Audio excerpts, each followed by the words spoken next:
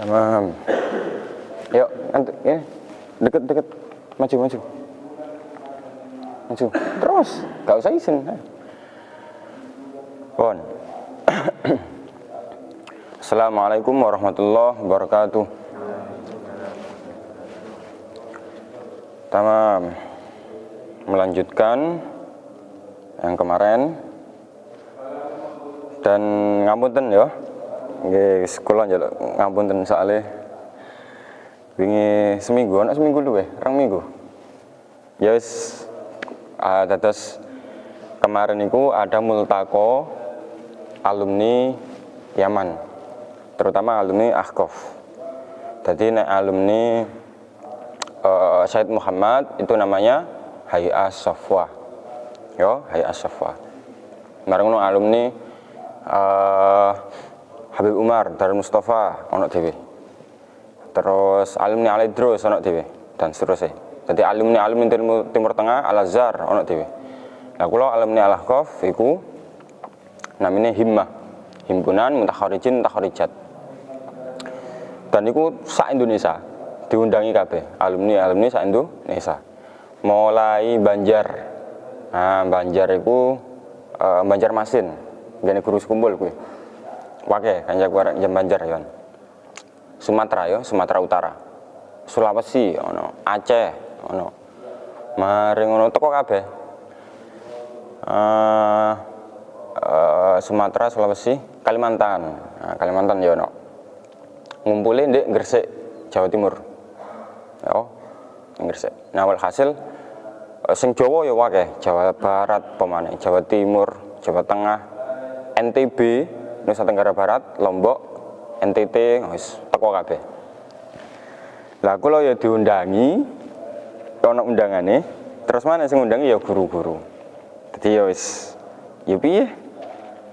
Rame lu ya diundangi, wis kudu teko. Acarane 2 tahun pisan, ya piye? Ya wis kudu teko kok. Dadi kula ngapunten nek gak mlebu. Gak Mas. Tamam.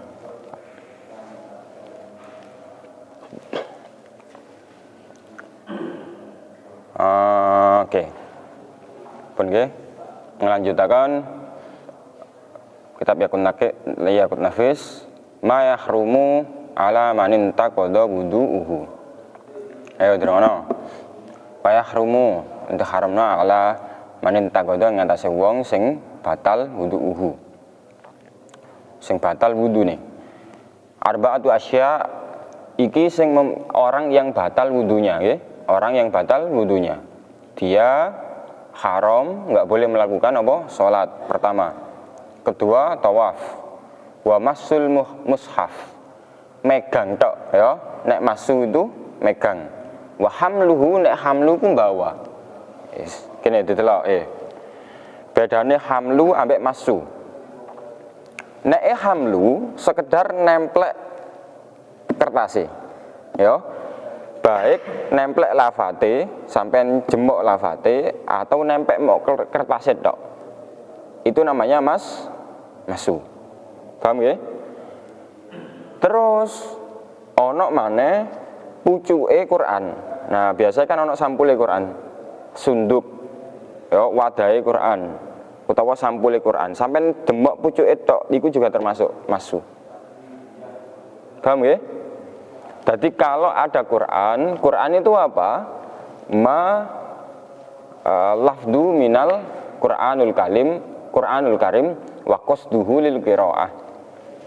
Bon.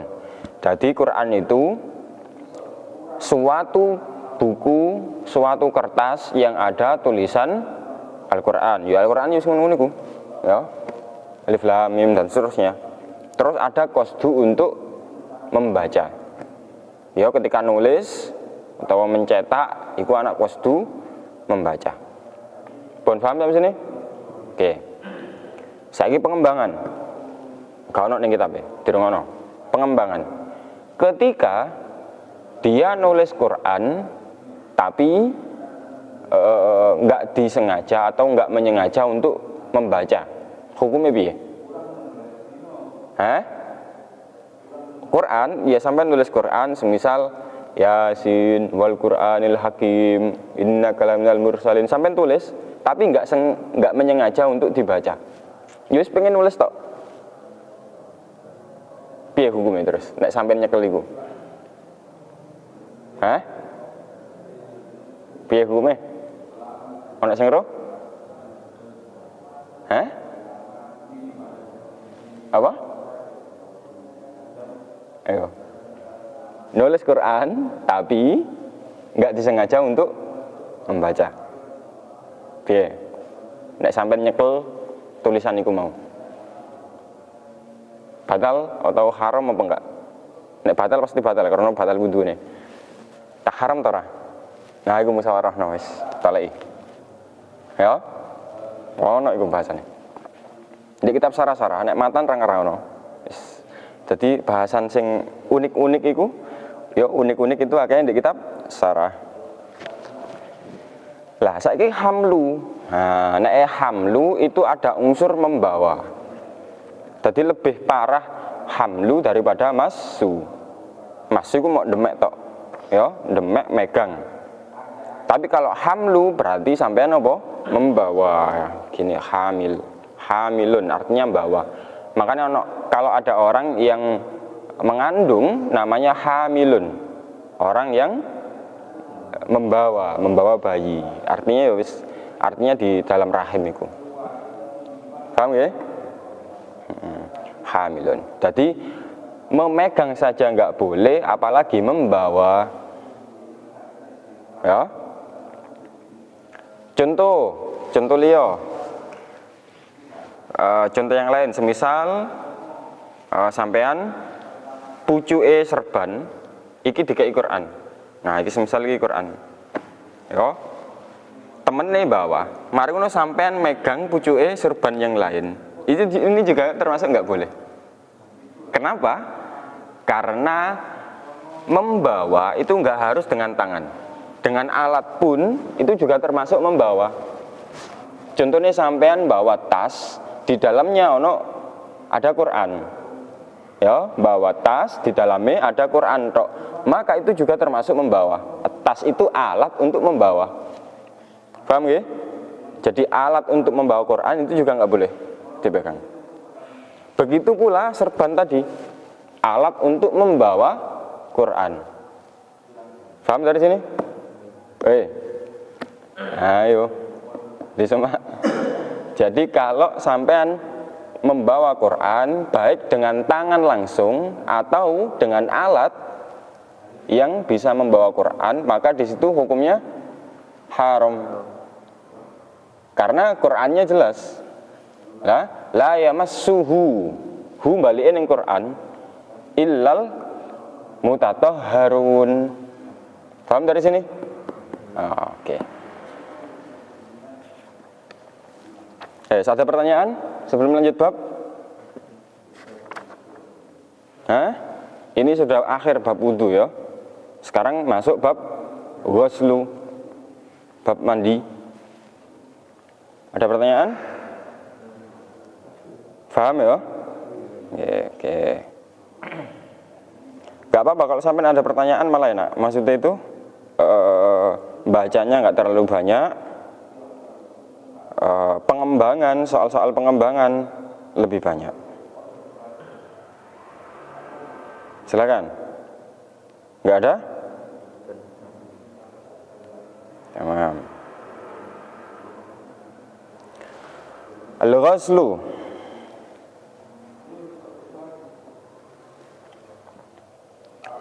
Al-ghuslu lughatan as-sayyalan, meratakan.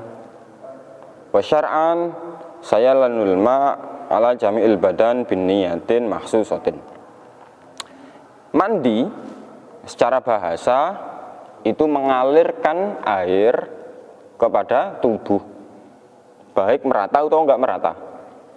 Secara syariat meratakan air ke dalam keseluruhan, ingat, keseluruhan badan berarti merata ya. Jami'i berarti keseluruhan, itu memang syaratnya. Biniyatin dengan niat mahsusatin yang tertentu. Kenapa kok harus dengan niat? Karena niat itu pembeda antara mandi biasa jebar-jebur, nggak peduli apa jenenge, mandi untuk sunnah atau untuk wajib itu nggak peduli, yang penting sampean mandi. Dibedakan dengan mandi-mandi yang untuk kesunahan atau untuk mandi wajib. Maka membedakannya dengan apa? Niat. Karena prakteknya sama, ya tadi, meratakan air kepada seluruh tubuh. Dan tobi'iyah itu biasanya manusia kalau mandi pasti rata. Kalau ada anggota yang apa ya, yang enggak kebasuh, yang masih kering, dia kan merasa risih kan. Katakan di jidat gini masih kering, enggak kena air, risih enggak?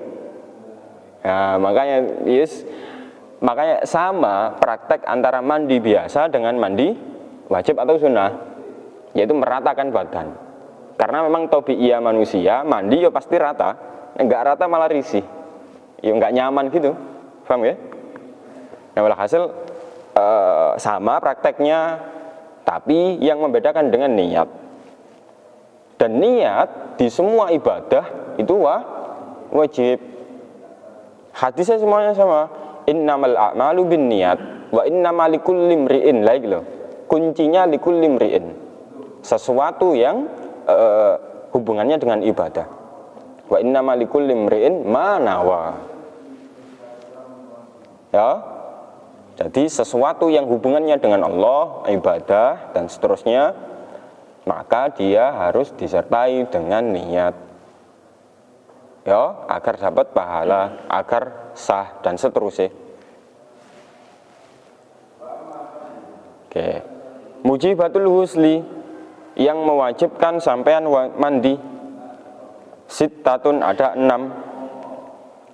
Al-awwalu, yang pertama, ilajul hasafah fil farji, memasukkan hasafah yos kelamine wong lanang fil farji kepada kelamine wong wedok, dengan memasukkan sedikit. Ya, sedikit itu maksudnya piye? Sebagian ulama mengatakan pucuke apa bunder apa itu namanya itu? Pucuke zakar lelaki loh. Apa itu? Ya wis helm ya wis karepmu wis. Ya wis pucuke iku. Lah iku dikit. Kok lebih dari itu wis pasti mandi besar. Nah, dilihat di bawah. Nomor 1, hiya ra'sud dakar. Bahasanya di kitab-kitab ra'sud dakar. Wa mithluha qadruha man faqiduha. Jadi ra'sud dakar ya wis mau, kalau sampean bahasanya helm ya wis helm kuwi. Wa mithluha, dan kalau seandainya pucuk itu gel, mbok kecepit lawang tapi ya. Pokoknya pucuk itu gel yo. Lah, iku dikira-kira. Kalau pucuke sekitar 2 cm utawa 1 cm, ya mbok cilik temen. 2 cm semisal. Lah, iku kok sampai lebokno wis sampai sakmono, dikira-kirakan, maka ya wis dikatakan diwajibkan mandi besar. Paham sampai sini? Oke.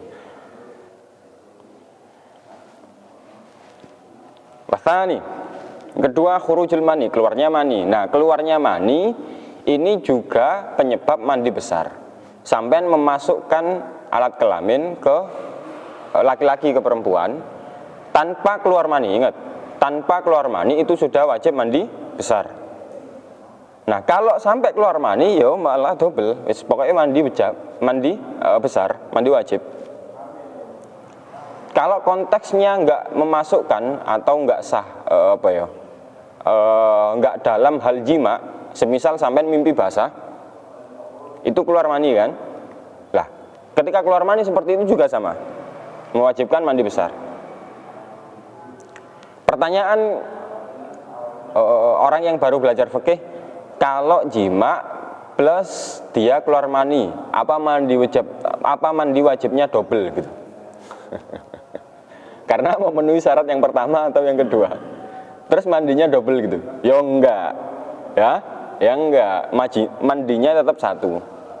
Ya, mandinya tetap satu. Maksudnya satu tuh ya sekali mandi saja, nggak usah 2 kali. Wa atsalis al haid. Yang ketiga penyebab mandi besar yaitu haid. Orang ketika haid maka dia ada tuntutan untuk mandi besar ketika sudah suci. Enggak ketika haid, ketika sudah suci dari haid. Warabi an nifas, orang yang nifas itu ya ngene. Nifas sama wiladah itu prakteknya hampir sama. Coba delok nomor 4. Mithluha ilqaul mudda'a wal aqlah pokoknya ketika sampean atau bojone sampean saiki gambaran nifas sama wiladah itu apa jenenge untuk perempuan. Kalau nifas itu darah bersamaan dengan anak. Ya, ketika perempuan lahir itu ketika ngeluarno anak itu ada darahnya sedikit-sedikit. Dan keluar anak itu juga termasuk nifas. Wiladah itu setelah keluar. Ya, setelah anaknya keluar, jadi beda. Paham ya? Beda. Dan dua-duanya walhasil ketika selesai melahirkan maka perempuan itu nek darahnya sudah selesai, sudah berhenti, maka dia wajib mandi besar. Karena praktek nifas sama wiladah itu mengiringi atau setelah melahirkan. Paham di sini? Nah, gampangane ketika sudah selesai darahnya sudah mampet, maka baru mandi. Ketika belum mampet, ya wis enggak perlu. Salat ya enggak perlu. Tapi poso, iya poso. Nah, iki unik ditelok. Orang haid itu ketika sholat dia nggak wajib, ya. Tapi ketika puasa dia masih ada kewajiban. Tapi boleh ngodok, nggak dosa, ya. Makanya orang haid di bulan puasa dia tetap dihitung dan wajib mengodoi, Tapi ngodoknya nggak dosa karena haid. Paham ya? Nah, itu bedanya orang haid ketika sholat dengan ketika puasa. Kenapa kok seperti itu? Hadisnya gitu. Iku wis nas bil hadis. Paham dari sini? Oke. Sekarang yang nomor asadis al-maut. Terakhir orang mati dari tadi orang dicabut nyawae itu ya termasuk hadas. Makanya orang yang atau mayit dia wajib dimandikan, ya, dimandikan. Dalam artian ya wajib mau meratakan air dari ujung kepala sampai ujung kaki, baik mandi sendiri ketika hidup atau dimandikan ketika mati. Yang penting mandi pokoknya. Paham ya di sini? Oke, ada yang tanyakan? Fadol? Hah? Wiladane? Wiladah itu terpraktekkan biasanya kalau lahir biasa. Ya, lahir biasa. Kalau sesar itu ada yang nggak ada wiladahnya, dalam artian nifas toh. Nifas kan bersamaan dengan keluarnya bayi toh. Nifas itu bersamaan dengan keluarnya bayi. Wiladah ini kadang nggak ada, lihat metodenya. Kadang ada. Dan nggak masalah ketika nggak ada ya wis. Dia ketika selesai sudah nggak ada darah yang keluar ya wis mandi. Patokannya itu di nifas. Wiladah itu sama kalau praktek haid sama kayak istihadah.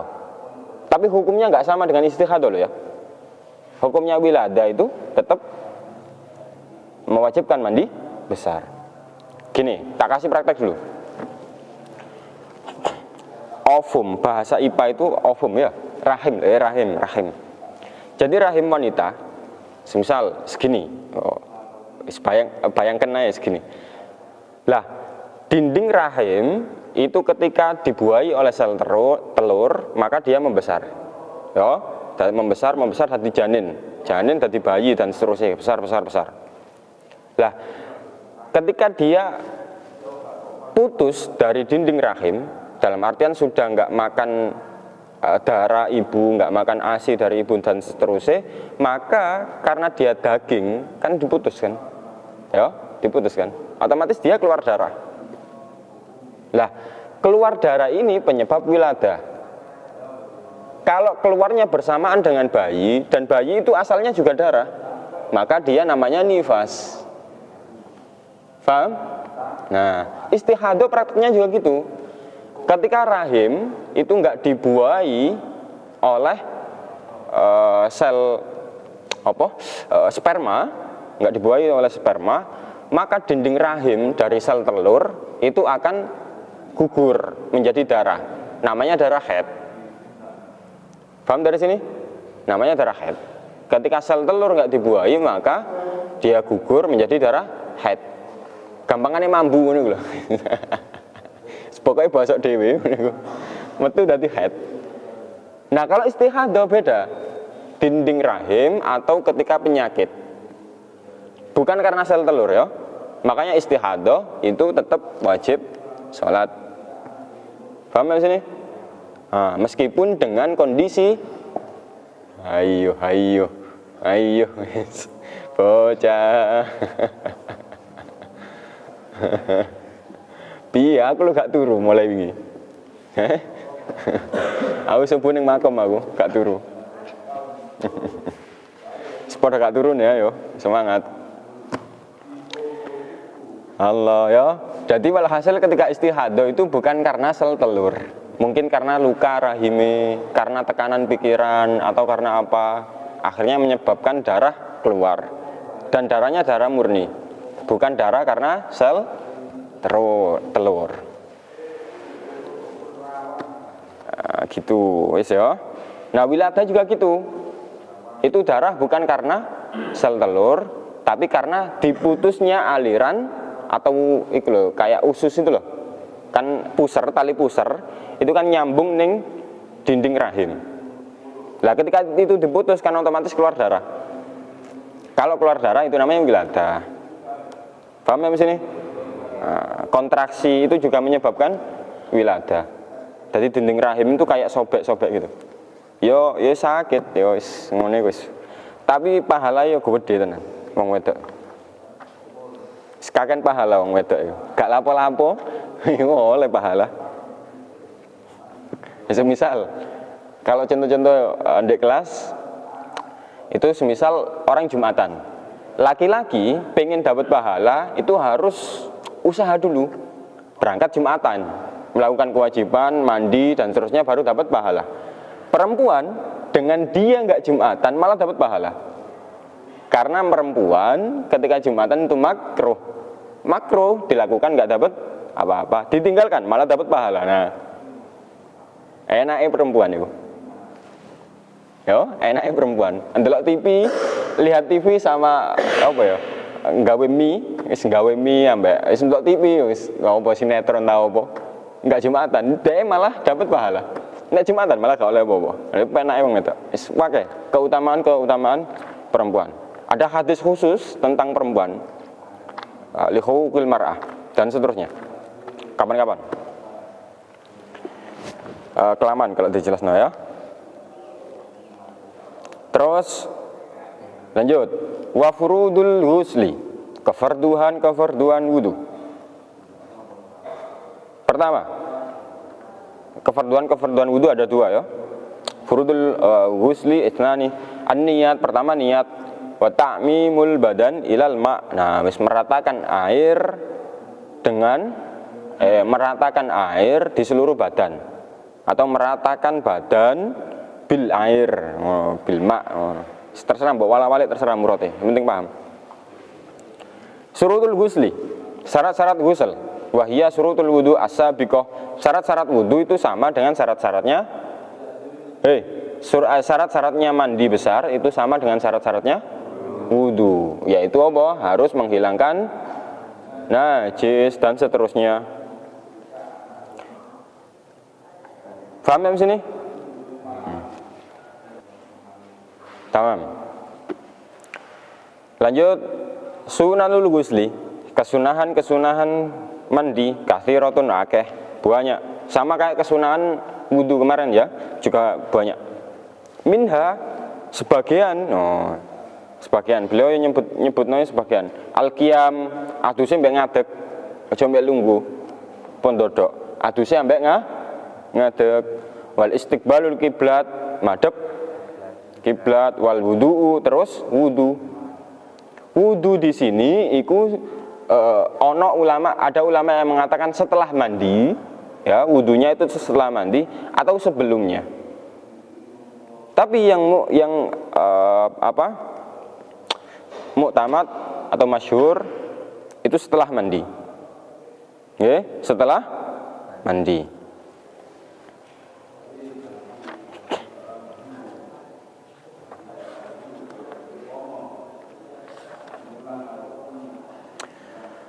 Tamam, wa tasmiyah, baca basmalah. Nah, baca basmalah iki sadurunge, ya, sadurunge mandi. Wa ta'ahudul ma'atif, ngati-ngati, ta'ahud, ngati-ngati. Al-ma'ahid pira-pira lempitan. Nah, ma'ahid iki lempitan. Semisal, ayo iki penting, mandi besar iki. Ngati-ngati lempitan, semisal di bawah hidung itu biasanya berminyak dan lempitan juga atau sela-sela ya, sela-sela hidung. Ketika banyak minyak itu lawannya air. Kalau ada air, ada minyak pasti menjauh airnya. Lah minyak wajah atau keringat yang ya minyak wajah itu loh, ya keringat itu juga bisa menyegah air. Makanya di bawah hidung ini harus diusap atau digosok. Terus pantat, selempitan di pantat itu juga harus digosok-gosok, digosok. Lempitan-lempitan telinga, nah ini juga harus hati-hati. Paham ya? Karena ketika dia nggak kena air maka ya wis nggak sah, ya harus rata seluruh badan. Makanya sunnah menghati-hati. Badalak ngosoi, apa ya? Bahasa Indonesia ya ngosoi. Menggosok wis. Menggosok badan, kulit. Taslis. Taslis ini prakteknya anggota kanan dulu, ya, anggota kanan dulu 3, berarti kepala kanan, badan, pokoknya ini, seret, tangan kanan 3 kali baru kiri. Nek ruwet ya wis kabeh gak apa-apa wis. Wa tartibul af'al, tartib dalam melakukan mandinya. Kepala baru badan, baru seterusnya dan gitu. Ini sunnah. Kalau semisal sampean masuk kali, sikile kakine boleh nggak? Boleh. Sah. Cuma golek kesunahan, karena kesunahannya dari atas. Biayi yaksila al-kafain, terus membasuh kafain dulu. Summa al-farja, mari ngono. Habis itu kemaluan. Wa ma hawalaihi, sesuatu. Wis pokoknya yang apa nggih? Yang sambung dengan farji. Berarti di sore batangi wis pokoknya sing urusane mbek ndoke dan seterusnya.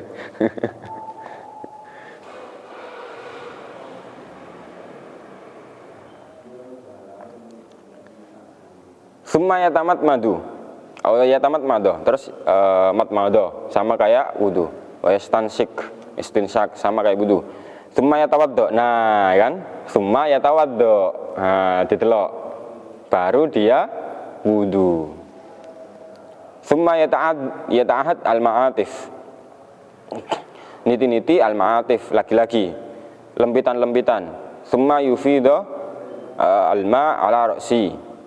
Ngeluberno banyu mulai sirah. Summa ala ma aqbala minasyikil aiman. Nah, anggota yang kanan. Kanan sik baru kiri. Summa ala ma adbara minhu. Terus di bagian belakang. Summa ala aqbala minasyakki al-aisar. Bagian depan tapi yang kiri. Summa ala ma adbara minhu. Terus burine. Jadi kanan ngarep, kanan buri. Kiri ngarep, kiri buri. Paham ya? Sunnahnya kayak gitu. Karena beliau Rasul juga melakukan seperti itu. Udah? Udah apa lanjut? Hah? Sedikit satu ini apa makruhatul ghusl. Mau dua. Makruhatul ghusli hiya makruhatul wudu al marrah. Kemakruhan dalam mandi besar ini sama kemakruhan dengan wudu. Al-aghza, al-aghsal, al-masnunah, mandi-mandi yang disunahkan ada banyak. Wallahu a'lam bis-shawab. Doa. Bismillahirrahmanirrahim. Allahumma anfa'na bima 'allamtana warzuqna ilman nafi'an amalan shalihan fid dunya wa dunya hadal akhirah bi Mustafa sayyidina Muhammad sallallahu alaihi wasallam. Allahumma faqihna fid din, 'allimna fid din.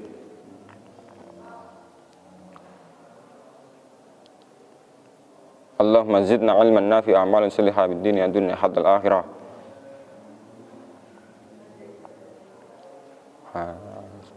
Wa sallallahu ala sayyidina Muhammadin wa alihi wa sahbihi wa sallam. Alhamdulillahirabbil alamin bi surah al-Fatihah. Assalamualaikum warahmatullahi wabarakatuh.